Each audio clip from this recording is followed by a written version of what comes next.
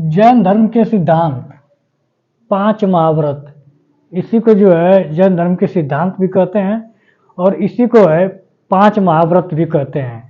जो कि जैन धर्म का जो है मुख्य रूप से जो सिद्धांत है वो इस प्रकार है। इसे पंच अणुव्रत भी कहते हैं। जो 5 महाव्रत हैं या जैन धर्म के जो सिद्धांत है उसको जो है पंच अणुव्रत भी कहते हैं। पहला जो है सत्य, जैन धर्म अपनाने वाले लोगों के लिए जो है बहुत सख्त है जैन धर्म के इन नियमों का पालन करना। उसके हिसाब से सत्य जो है पहला उनका जो सिद्धांत है सत्य है।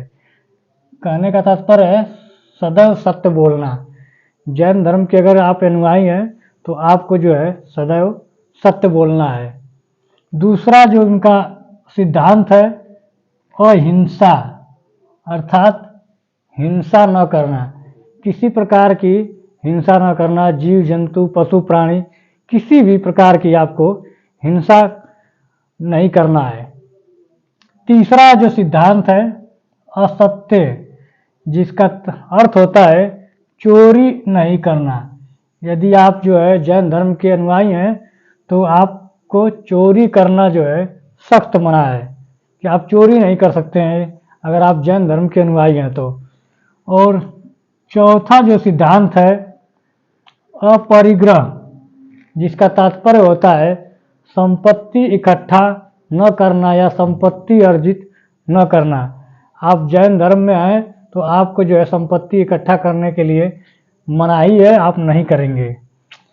पांचवा और जो सबसे इम्पॉर्टेंट है ब्रह्मचर्य। ब्रह्मचर्य यानी अपनी इंद्रियों को बस में करना, अपने इंद्रियों को बस में करना।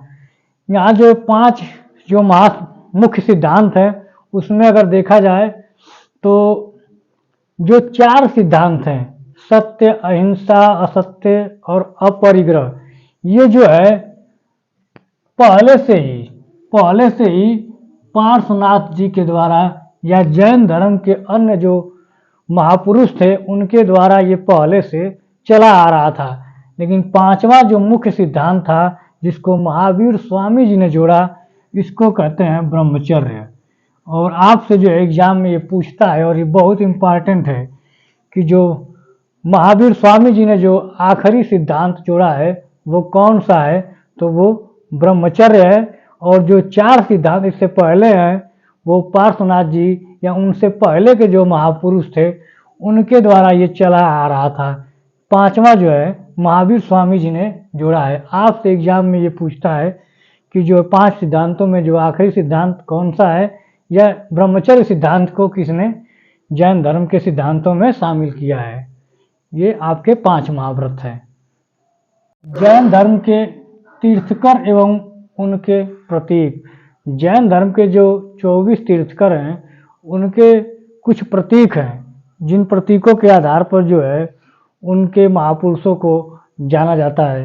हम देखेंगे कि जैन धर्म के जो मुख्य महापुरुष हुए उनके जो कुछ मुख्य प्रतीक हैं जो एग्जाम में जो है बहुत बार पूछा जाता है, उसको केवल हम लोग लिखाया जाएगा यहाँ पे या पढ़ाया जाएगा आपको वीडियो के माध्यम से, क्योंकि पूरे के पूरे 24 प्रतीकों को यहाँ पे जो है तीर्थकरों का नहीं बनवाया जाएगा। यहाँ पे जो आपका एग्जाम में मुख्य रूप से आता है केवल उन्हीं के प्रतीकों को आपको यहाँ बताया जाएगा, ताकि आपको जो है अच्छे से एग्जाम में जो आने वाले प्रश्न है केवल वही आपको यहाँ बताया जाएगा।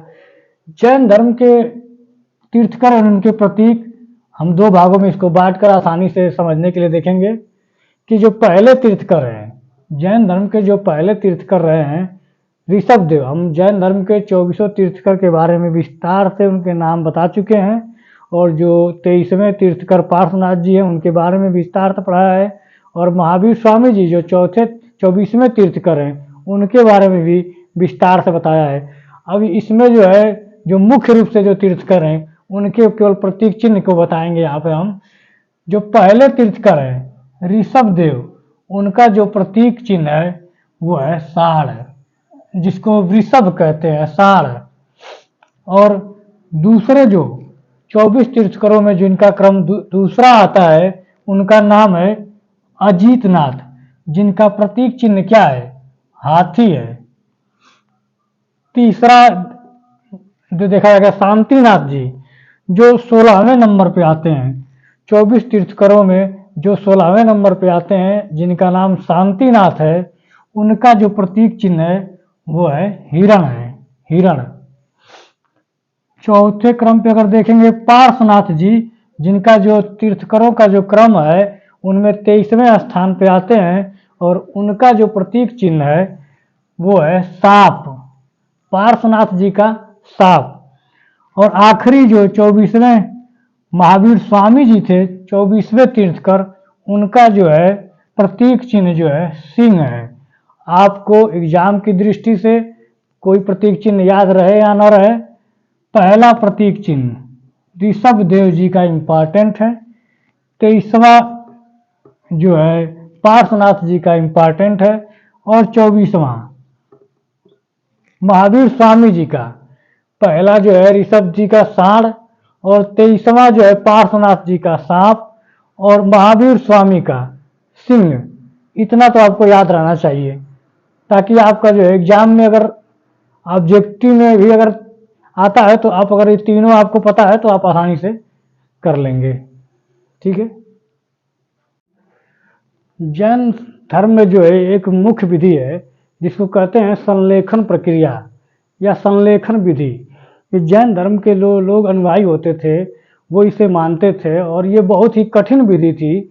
और संलेखन प्रक्रिया होती क्या थी, उसमें होता था ये कि संलेखन प्रक्रिया के द्वारा जो है अन्न और जल का त्याग करके जो है उसमें जो अनुयायी हुआ करते थे, इसके जो मानने वाले हुआ करते थे, वो अपना जो है शरीर का त्याग कर देते थे।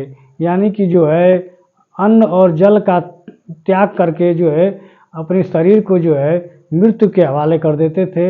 इसी प्रक्रिया को जो है संलेखन प्रक्रिया कहते हैं। और ये एग्जाम में कई बार पूछा हुआ है और बहुत इम्पॉर्टेंट है कि संलेखन विधि जो होती है ये किस धर्म से संबंधित है, तो ये आपको जानना बहुत इम्पॉर्टेंट है। हमने कुछ जैन धर्म के जो कुछ महत्वपूर्ण बिंदु हैं जिनको नोट करके हमने जो है लिखवाया है, और ये एग्जाम की दृष्टि से बहुत ही इम्पॉर्टेंट है, इसलिए इसको हम जो है अलग से नोट करके इसको लिखवा रहे हैं। आप जो है इसको देखेंगे।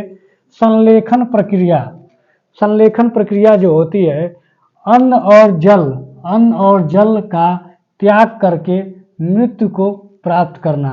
कह रहा है कि संलेखन प्रक्रिया के द्वारा जो है अन्न और जल का त्याग करके जो है मृत्यु को जो है प्राप्त किया जाता है।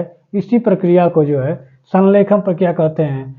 यहाँ पर उदाहरण के तौर पे एक बताना चाहता हूँ नोट 1 में कि चंद्रगुप्त मौर्य के द्वारा, जब चंद्रगुप्त मौर्य जो थे ये जैन धर्म के बहुत बड़े अनुयायी थे और बहुत मानने वाले थे। इन्होंने जो है श्रावण बेलगोला के पास एक चंद्रगिरी पहाड़ी थी, वहाँ पर जो है संलेखन प्रक्रिया के द्वारा अपने प्राण का त्याग कर दिया।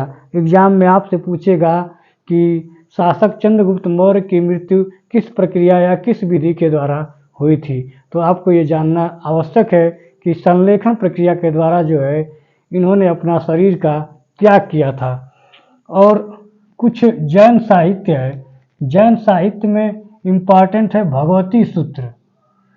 भगवती सूत्र जो है जैन धर्म की बहुत महत्वपूर्ण पुस्तक है। आपसे सीधे सीधे एग्जाम में पूछ लेगा कि जैन धर्म का जो मुख्य साहित्य क्या है, तो भगवती सूत्र, या भगवती सूत्र किस धर्म से संबंधित है, जैन धर्म से संबंधित है। और इसी भगवती सूत्र के द्वारा 16 महाजनपदों का जो है उल्लेख मिलता है। जैन धर्म सबसे इम्पॉर्टेंट बिंदु एक और है ये आपका कि जैन धर्म में युद्ध और कृषि दोनों प्रतिबंधित है। जैन धर्म के मानने वाले लोग जो है युद्ध और कृषि, कह रहा है कि युद्ध और कृषि दोनों जो है प्रतिबंधित है, क्योंकि दोनों में ही जीवों की हिंसा होती है। कह रहे हैं कि जैन धर्म के सिद्धांत किया आपने पढ़ा होगा कि जो है किसी प्रकार की हिंसा नहीं करनी है। उसी को कह रहा है कि जैन धर्म में युद्ध और कृषि दोनों पूर्ण रूप से प्रतिबंधित है। अगर आप जो है जैन धर्म के मानने वाले अनुयायी हैं तो आपको जो युद्ध और कृषि दोनों ही नहीं करना है। और जैन साहित्य में अगर देखा जाए तो कुछ जैन साहित्य जो हैं जिनको हम आगम कहा जाता है। जैन धर्म के जो मुख्य साहित्य हैं उनको हम आगम के नाम से जानते हैं, जिसमें 12 अंग, 12 उपांग, 10 प्रकीर्ण, 6 छेद सूत्र और 4 मूल सूत्र हैं। जैन धर्म के जो मुख्य साहित्य हैं जिनको आगम कहते हैं, उसमें कुछ मुख्य रूप से 12 अंग, 12 उपांग, 10 प्रकीर्ण, 6 छेद और 4 मूल सूत्र हैं। ये आपके जो है जैन धर्म से संबंधित कुछ महत्वपूर्ण बिंदु थे, जिनको नोट करके हमने अलग से लिखाया है, ताकि ये एग्जाम में अक्सर ये आते हैं, इसलिए जो है हमने इसको जो है अलग से लिखवा दिया है।